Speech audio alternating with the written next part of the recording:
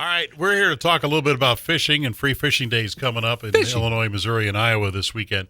And Mr. Oliver and I had many a fishing encounter, but none. Actually, you weren't with me on this one when I rented the boat not the one, yeah. Siloam Springs State Park to go correct. fishing at about 6:37 in the morning. It's very serene out there. Mm-hmm. And went fishing out there, and I leaned back to get something out of a beverage out of my cooler. I understand, yeah. And it was about 7:30 or 8 in the morning.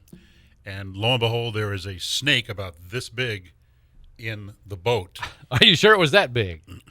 Well, it gets Did bigger. you measure it? It gets bigger every time I tell the story. Yes, it does. But Fisherman. anyway, it was about this big, and which was, for me, is probably life-threatening because I hate snakes. Uh-huh. So the long story short is, what am I going to do now? I'm in the boat out in the middle of the lake. So the only thing I could think of was grab the oar and beat the living bejesus out of the snake. Correct. Which is exactly what I did. Parts of the snake are flying all over the place. There's blood, snake blood everywhere. Blood snake. It's just ugly scene on the boat, and I'm just hammering at this snake, hammering this aluminum boat, and every time I'd hit the boat, it would echo all over the park. So after about 5 minutes of snake killing, I finally sat down and realized I, finished my duty of beating the snake to death. It was dead. And I was, sitting there just going like, oh, I'm so glad this is over.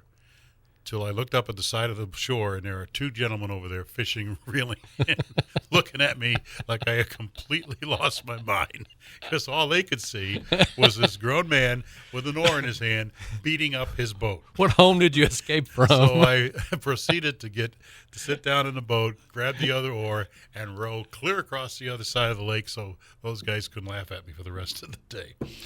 So another wonderful fish story. I don't remember catching a fish that day. That snake, by the end of the story, was this big. Just thought I'd tell you that. That's a big fish story. Snake story.